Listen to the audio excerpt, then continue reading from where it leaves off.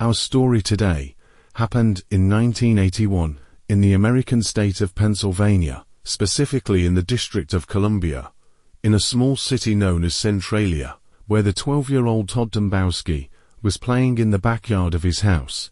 Suddenly the ground split open and a 45-meter deep hole appeared under Todd Domboski's feet, and he fell into it screaming from the ground, the horror of the surprise.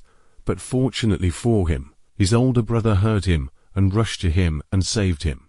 The investigation team that was touring the city heard and saw the accident of the child Todd Domboski falling, and hence the authorities decided to close the city and evacuate it. This incident was the best evidence of the extent of the disaster in the city of Centralia.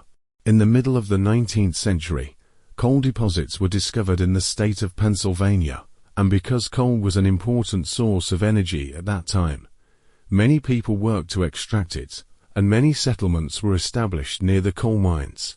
The city of Centralia was one of these settlements, as the surrounding areas were known for the abundance of coal, and for its sake, people settled. It had many workers in these mines, and this settlement became a prosperous city and established schools, theaters, 2 churches, a railway and shops. Despite all this, its population did not exceed 2,000 people. The people of Centralia lived in peace and quiet until the day came that would change everything. In 1962, the city of Centralia was preparing to hold celebrations for several occasions together, so the city council ordered the collection of waste and burning it as usual in one of the pits. The firefighters were always the volunteers for this work, and nothing had ever happened during this routine process. The firefighters began their work and collected all the waste and transported it to the city's garbage dump.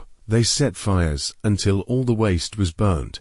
Then they extinguished the remaining flame and left.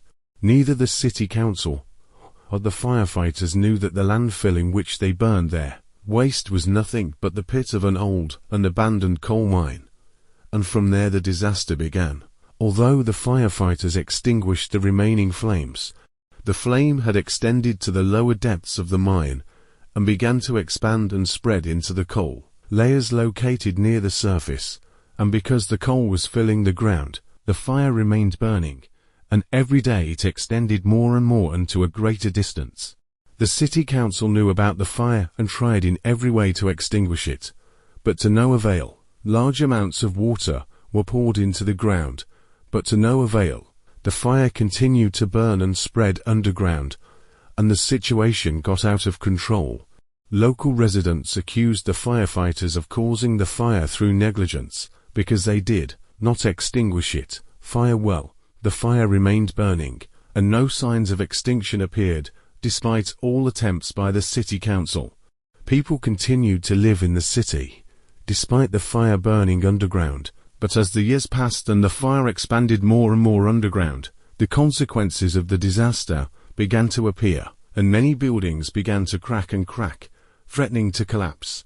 As for the roads, it also began to collapse and crack, and many roads 4,000 feet long in the city were closed because they pose a danger to drivers.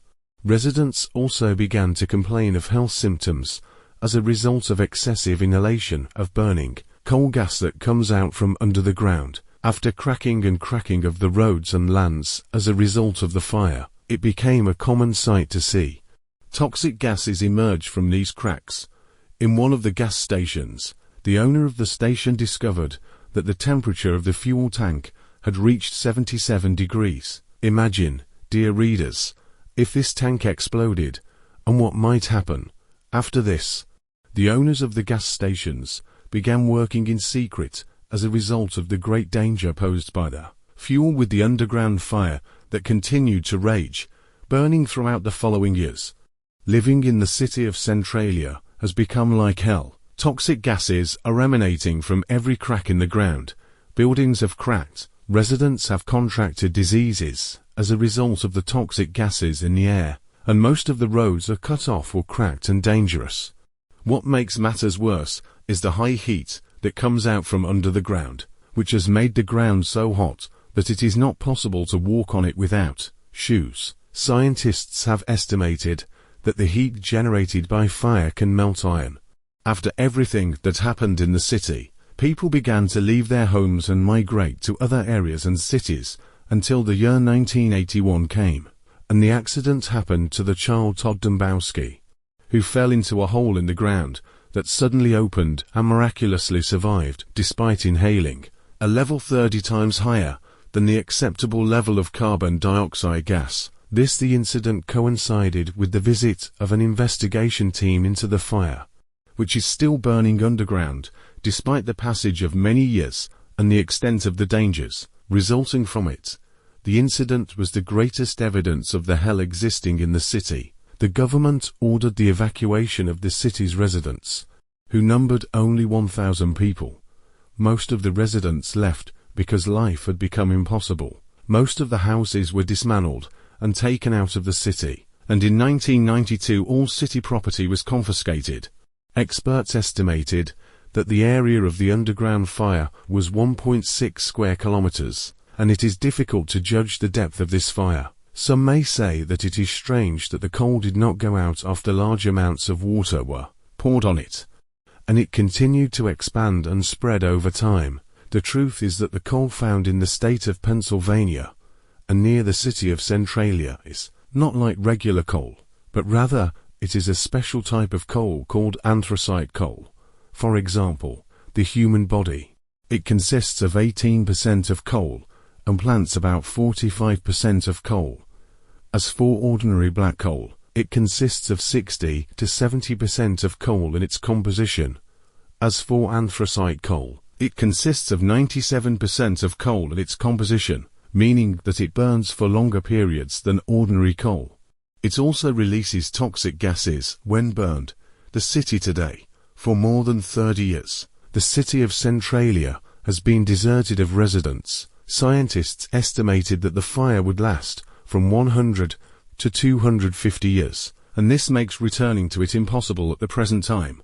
Despite the migration of the entire population, some preferred to remain and live in the city. In 2005, 12 people remained, then 9 people, in 2007, and in October 2013. An agreement was reached between the state authorities and the last residents to allow them to continue living in the city. And in 2002, the city's zip code, 17,927, was deleted. One of the churches continued to provide its services to the few people remaining in the city. The city of Centralia has also become a destination for Hollywood filmmakers. Its strange atmosphere, being an abandoned city and widespread gases and cracks, has led many directors to film their films there.